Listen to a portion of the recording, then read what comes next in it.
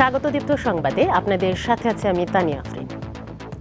শিক্ষার্থীদের আন্দোলনের মুখে এইচএসসি ও সমমানের স্থগিত পরীক্ষাগুলো বাতিল করা হয়েছে।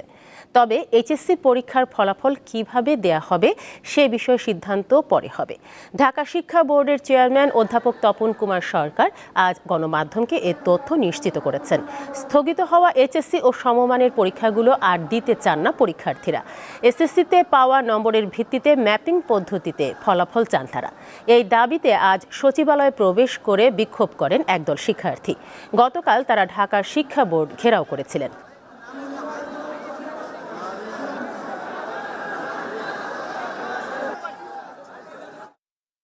বৈষম্য বিরোধী ছাত্র আন্দোলন চলাকালে রাজধানীর মোহাম্মদপুরে একটি হত্যা মামলায় সদ্য সাবেক সমাজ কল্যাণ মন্ত্রী দীপু মনির 4 দিন এবং সাবেক ক্রীড়া উপমন্ত্রী আরিফ খান জয়ের 5 দিনের রিমান্ড মঞ্জুর করেছে ঢাকার আদালত।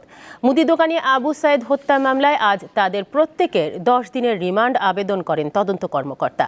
শুনানি শেষে ঢাকার অতিরিক্ত চিফ মেট্রোপলিটন ম্যাজিস্ট্রেট সুলতান সোহাগ উদ্দিনের আদালত তাদের 4 দিন ও 5 দিন করে রিমান্ড মঞ্জুর করে। মামলার অন্য আসামিরা হলেন সাবেক সড়ক পরিবহন ও সেতু মন্ত্রী ওবায়দুল কাদের, সাবেক স্বরাষ্ট্রমন্ত্রী আসাদুজ্জামান খান কামাল, সাবেক আইজিপি আব্দুল্লাহ আল মামুন, সাবেক ডিএমপি কমিশনার হাবিবুর রহমান এবং অতিরিক্ত কমিশনার হারুনুর রশিদ ও যুগ্ম কমিশনার বিপ্লব কুমার।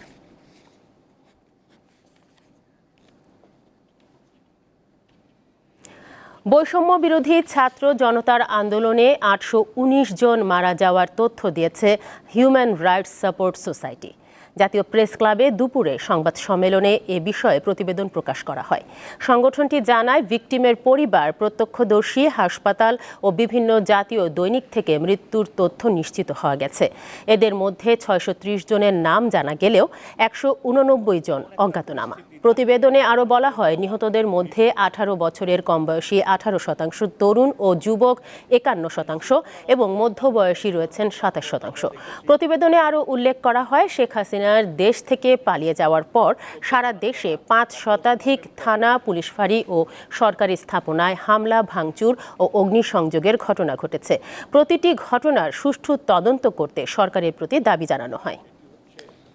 আমরা যে সংখ্যাটি এখন এবং তখন আমাদের গোয়েন্দা সংস্থা এবং আমাদের পুলিশ বাহিনী বিডিআর অনেক ধরনের অস্ত্র এবার ব্যবহার করেছে, যেটি আসলে তদন্ত হওয়া দরকার যে এই অস্ত্রগুলি কোন জায়গা থেকে আসলো, অর্থাৎ আমাদের সরকারের কোন জায়গা থেকে আসলো, না বাইরের কোনো শক্তির এই জায়গা অংশগ্রহণ ছিল।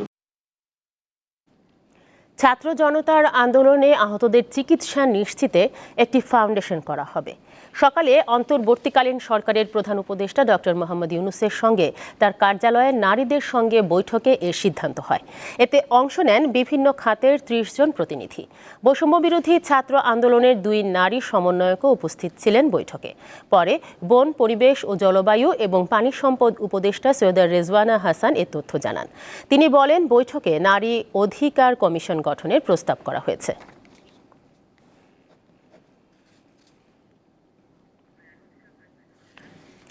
আগামী জাতীয় নির্বাচনে জনগণের রায় পেতে তাদের মন জয় করতে নেতাকর্মীদের নির্দেশ দিয়েছেন বিএনপির ভারপ্রাপ্ত চেয়ারম্যান তারেক রহমান।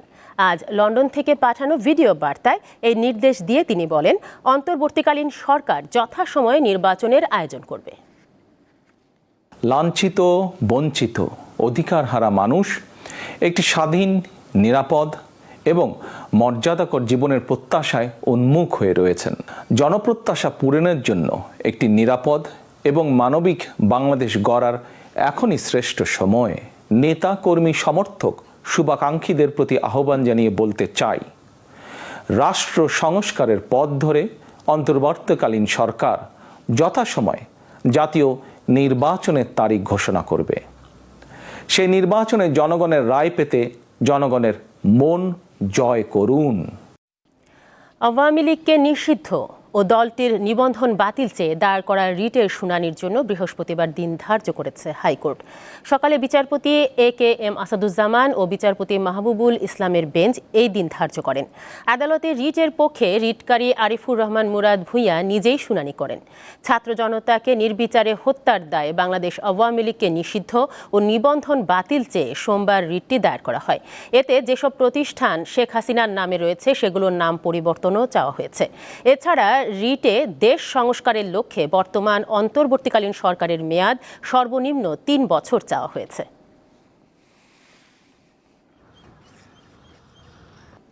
দুই ম্যাচ সিরিজের প্রথম টেস্টে কাল স্বাগতিক পাকিস্তানের মাঠে নামবে বাংলাদেশ। রাওয়ালপিন্ডিতে ম্যাচ শুরু হবে বাংলাদেশ সময় সকাল 11:30টায়। দল হিসেবে খেলে কেবল ম্যাচ নয়, সিরিজ জয়ের প্রত্যয় জানিয়েছেন টাইগার অধিনায়ক নাজমুল হোসেন শান্ত।